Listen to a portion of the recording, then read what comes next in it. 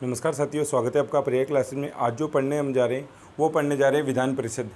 इससे पहले हमने पढ़ा कि राज्य सरकार के दो सदन होते हैं, एक विधानसभा और एक विधान परिषद। विधानसभा के बारे में हम चर्चा कर चुके हैं। वो प्रथम सदन होता है और अनिवार्य सदन होता है, जबकि विधान परिषद की बात करें तो ये द्वितीय सदन होता है, ठीक है, और उच्च सदन होता है। राज्य का ऐच्छिक सदन होता है। ऐच्छिक का मतलब है कि अगर राज्य चाहे तो इसका निर्माण करेगा और नहीं चाहे तो इसका निर्माण नहीं करेगा। और वर्तमान में भारत के केवल ये 6 राज्यों में, उसका मैंने वीडियो यूट्यूब पर रख रखा है, विधान परिषद किन किन राज्यों में, वहाँ ट्रिक भी बता रखी है कि जब कमा विधान परिषद बना। उसमें से क्योंकि पहले 7 राज्यों में थी तो जम्मू कश्मीर में अब हट चुकी है अनुच्छेद 370 के लगने के बाद, हटने के बाद, तो इसलिए आप ध्यान रखना अब वर्तमान में केवल जो 6 राज्य हमारे वहीं पे हमको विधान परिषद देखने को मिलती है। फिर हम बात करते हैं गठन कैसे होता है इसका। तो अनुच्छेद 169 के तहत इसका गठन होता है। 169 के तहत क्या होता है, विधानसभा अपनी पूरी सदस्य संख्या के बहुमत से, यानी पूरी सदस्य संख्या के जितनी भी सदस्य संख्या है, माना 450 है, 350 है, जितनी भी है, माना 60 ही है क्योंकि मिनिमम 60 होगी, तो 60 अगर सदस्य है मिनिमम, तो बहुमत से और उपस्थित और मतदान करने वाले जितने लोग उपस्थित है उस दिन और जिन लोगों ने मतदान किया है उनका 2/3 बहुमत से प्रस्ताव पारित कर देती है कि भैया हमको क्या चाहिए, हमको विधान परिषद चाहिए। तब संसद क्या करेगी, तब संसद उस राज्य के लिए विधान परिषद का सर्जन करेगी, निर्माण करेगी। और अगर इसी तरह का बहुमत जारी कर दिया जाए कि भैया हमको ये विधान परिषद हटानी है, तो फिर संसद उसके लिए कानून बना के उसको समाप्त भी कर सकती है। तो कानून कौन बनाएगा, यहाँ प्रश्न क्या पूछा जाएगा, प्रश्न ऐसे पूछा जाएगा, विधान परिषद जो निर्माण का कार्य है वो किसके तहत होता है। तो ध्यान रखना संसद की इच्छा से, पर संसद की इच्छा से भी काम नहीं चलेगा। उसके लिए क्या होगा, विधान परिषद चाहेगी तो ही काम होगा। विधान परिषद चाहती है कि हमारे यहाँ विधानसभा चाहती है कि हमारे यहाँ विधान परिषद हो, तो संसद कानून निर्माण कर देगी, बना देगी। अगर विधानसभा चाहती है कि इसको समाप्त करना है तो संसद कानून बना देगी और इसको समाप्त कर देगी। यानी संसद विधानसभा की इच्छानुसार कार्य करेगी। तो ये चीज़ आपको यहाँ से ध्यान में रखनी है। आगे हम बात करते हैं इनकी सदस्य संख्या के बारे में। देखो आगे हम बात कर रहे हैं सदस्य संख्या की कि कितने सदस्य हो सकते हैं। तो ये एक इम्पोर्टेंट प्रश्न है, प्रश्न पूछ लिया जाता है, आप याद रखना।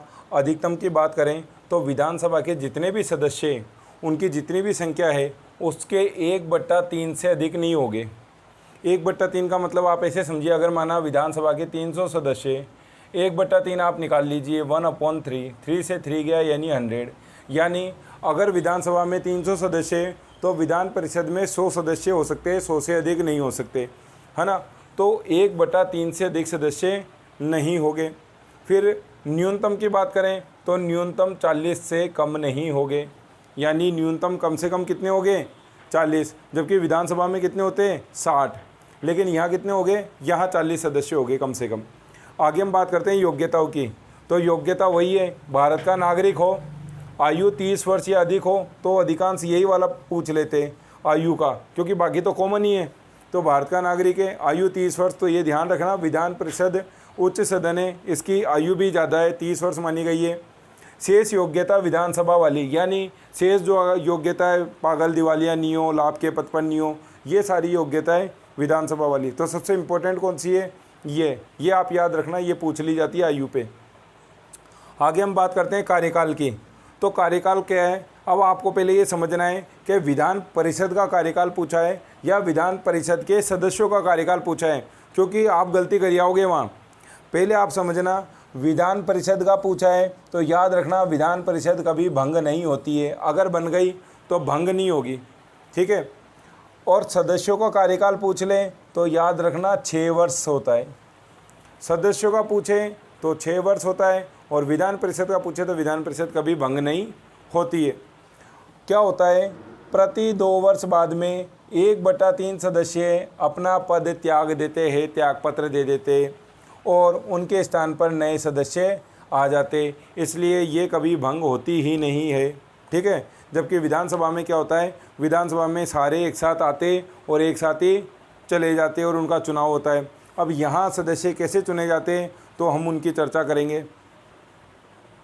तो देखो आगे हम बात कर रहे हैं कि सदस्यों का जो निर्वाचन है और जो मनोनयन है, तो ये ध्यान रखना प्रश्न आ जाए कि निर्वाचित और मनोनीत दोनों ही प्रकार के सदस्य होते हैं इस विधान परिषद में, कितने कितने होते हैं। तो सबसे पहले तो बहुत इंपॉर्टेंट प्रश्न ही है, इसको समझ लेना, बहुत एग्जामों में पूछा गया है और पूछ लेते तो जल्दी से हर कोई नहीं करके आएगा, और करके आएगा वो गलत करके आएगा, तुक्का लगाने वाला।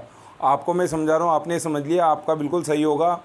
देखिए ये ध्यान रखना सबसे पहले तो ये कि निर्वाचन कितनों का होता है, तो 56 का, ठीक है। कि हम यहाँ आ रहा है चन, यहाँ आ रहा है 56, तो यहाँ पन, यहाँ चन, ठीक है। तो दिमाग में क्लिक होना चाहिए, 56 की जगह 5/6 बोलेंगे, 56 लिखेंगे क्या, बोलेंगे तो 56 लिखेंगे क्या, 5/6।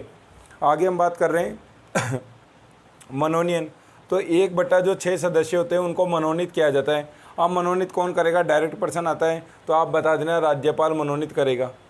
किन में से मनोनीत करेगा, तो ये क्षेत्र भी पूछ लेते हैं, तो आप बता देना कला, विज्ञान, साहित्य, समाज सेवा, सहकारिता, है ना, इन सब से, या खेलकूद, इन सब से जो जुड़े हुए लोग हो गए उनको राज्यपाल मनोनीत करेगा 1/6, ठीक है। इतने सदस्य राज्यपाल मनोनीत करेगा और 5/6 सदस्यों का निर्वाचन होगा। अब निर्वाचन किस आधार पे होगा, तो निर्वाचन आप ध्यान रखना अप्रत्यक्ष रूप से होगा, प्रत्यक्ष नहीं होगा। प्रत्यक्ष होता है विधानसभा सदस्यों का, इनका होता है अप्रत्यक्ष रूप से, ये आपको ध्यान रखना है। अब अप्रत्यक्ष क्यों होता है, तो 1/3 सदस्य स्थानीय संस्थाओं के द्वारा चुने जाएंगे, यानी हम नहीं चुनेंगे, जनता नहीं चुनेगी डायरेक्ट, जैसे हम चुनते हैं ना विधानसभा में, वैसे नहीं चुने जाएंगे, स्थानीय संस्था के द्वारा चुने जाएंगे। फिर 1/3 सदस्य ही विधानसभा निर्वाचक मंडल बनेगा, एक विधानसभा का सदस्य उनका एक निर्वाचन मंडल बनेगा, वो 1/3 सदस्यों को चुनेगा। फिर 1/12 सदस्य चुने जाएंगे स्नातकों का निर्वाचक मंडल, जो ग्रेजुएशन किए हुए उन लोगों का एक निर्वाचक मंडल बनाया जाएगा और वो अपने में से चुन के भेजेंगे यहाँ पे। और फिर 1/12 सदस्य हो गए अध्यापकों का निर्वाचक मंडल, जो टीचर्स हैं, गवर्नमेंट टीचर्स, उनका एक निर्वाचक मंडल बनाया जाएगा और वो भी 1/12 सदस्य चुनेंगे। तो हो सकता है आपसे इसे पूछ लें कि अध्यापक कितना सदस्य चुनेंगे, 1/3 चुनेंगे, 5/6 चुनेंगे, 1/6 चुनेंगे, 1/12 चुनेंगे। तो आप ध्यान रखना कि अध्यापक चुनेंगे 1/12, स्नातक भी चुनेंगे 1/12, ठीक है। और 1/3 सदस्य चुनेंगे निर्वाचक विधानसभा के सदस्य, और 1/3 ही चुनेंगे स्थानीय संस्थाओं के सदस्य, और 1/6 सदस्य मनोनीत किए जाएंगे। तो इस तरह से पूरा चार्ट है, आप इसका स्क्रीनशॉट ले सकते हो और इसको ध्यान से याद कर सकते हो। एक बार लिखोगे, 2 बार लिखोगे, आपको याद हो जाएगा, क्योंकि यहाँ ट्रिक का कोई काम नहीं है, यहाँ समझने का काम है और याद करने का काम है। तो ये आपको याद करना ही पड़ेगा। टोटल में से इतने इधर है, इधर इतने, ठीक है। तो ये चीज़ आप यहाँ से समझिएगा। एक चीज़ और है, बात आ जाती है कि पदाधिकारी, तो वहाँ हमने पढ़े थे अध्यक्ष और उपाध्यक्ष, लेकिन जो विधानसभा का जो पदाधिकारी होता है उसको हम कहते हैं सभापति, और जो उससे निम्न होता है उसे हम कहते हैं उपसभापति, ठीक है। जैसे राज्यसभा में कहते हैं ना सभापति, उसी तरह से यहाँ पे भी सभापति और उपसभापति होते हैं। कार्य क्या करते हैं, जो कार्य विधानसभा का अध्यक्ष करते हैं उसी प्रकार के इनके कार्य की सदन की व्यवस्था बनाए रखना, शांतिपूर्ण कार्य करवाना, ठीक है, क्रम निश्चित करना। तो वही सारे कार्य आएंगे, आप वहाँ पढ़ लेना, वही सारे यहाँ आएंगे। तो वहाँ पर्सन नहीं बनता है, पर्सन आपके बन जाता है कि विधान परिषद के जो अध्यक्ष होता है उसको क्या कहते हैं, ठीक है, या मुख्य अधिकारी को क्या कहते हैं, तो ध्यान रखना सभापति कहते हैं। तो इस तरह से हमने पढ़ा सदस्यों का निर्वाचन, मनोनयन और कौन कौन से पदाधिकारी होते हैं और क्या उन्हें कहा जाता है। आगे हम बात करते हैं इनकी क्या शक्ति है विधान परिषद के पास और क्या इनके कार्य है उनकी। देखो आगे हम बात करें विधान परिषद के अधिकार क्या है, शक्तियाँ क्या है, कार्य क्या है। यहाँ से भी हमारे प्रश्न बनता है, तो हमको इनमें समझना है, क्योंकि हमारे कॉन्सेप्ट वाला प्रश्न आएगा यहाँ से। तो कानून निर्माण संबंधी कार्य, तो क्या होता है कि जो साधारण विधेयक होता है, किसी विधेयक को 4 महीने तक रोक सकती है। ये आप ध्यान रखना, ये जो टाइम पीरियड है ना, ये पूछ लेते हैं कि अगर कोई साधारण विधेयक है, क्योंकि 2 तरह के विधेयक होते हैं, साधारण विधेयक और विधि विधेयक।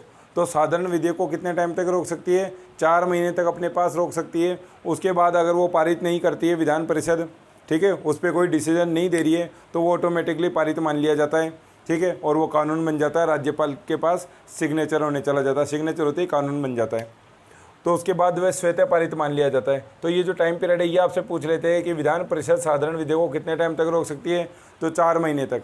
फिर अगला प्रश्न है कार्यपालिका संबंधी कार्य। तो विधान परिषद के सदस्य मंत्री परिषद के सदस्य हो सकते हैं। तो विधान परिषद के जो सदस्य जो मंत्री परिषद बनी है उसमें हम विधानसभा से भी सदस्य ले सकते हैं और विधान परिषद से भी सदस्य ले सकते हैं। तो भाई जिन राज्यों में परिषद है विधान परिषद वहाँ से तो सदस्य लेंगे, अब जिन राज्यों में है ही नहीं तो वहाँ सारे सदस्य मंत्री परिषद के सदस्य विधानसभा से ही चुने जाते हैं, लेकिन जिनमें है वहाँ ले सकते हैं, ऐसा प्रावधान है।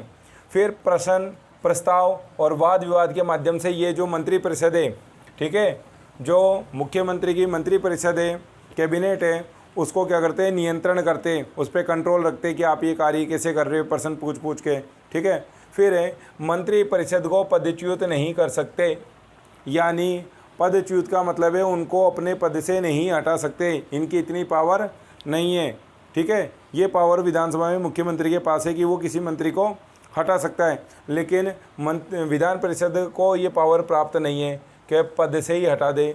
फिर बात करते हैं वित्त संबंधी सप्ताह की। सबसे ज़्यादा बार जो प्रश्न आता है वो यही आता है, इसको ध्यान कर लेना कि वित्त विधेयक को कितने दिन तक रोक सकती है, तो ध्यान रखना 14 दिन तक।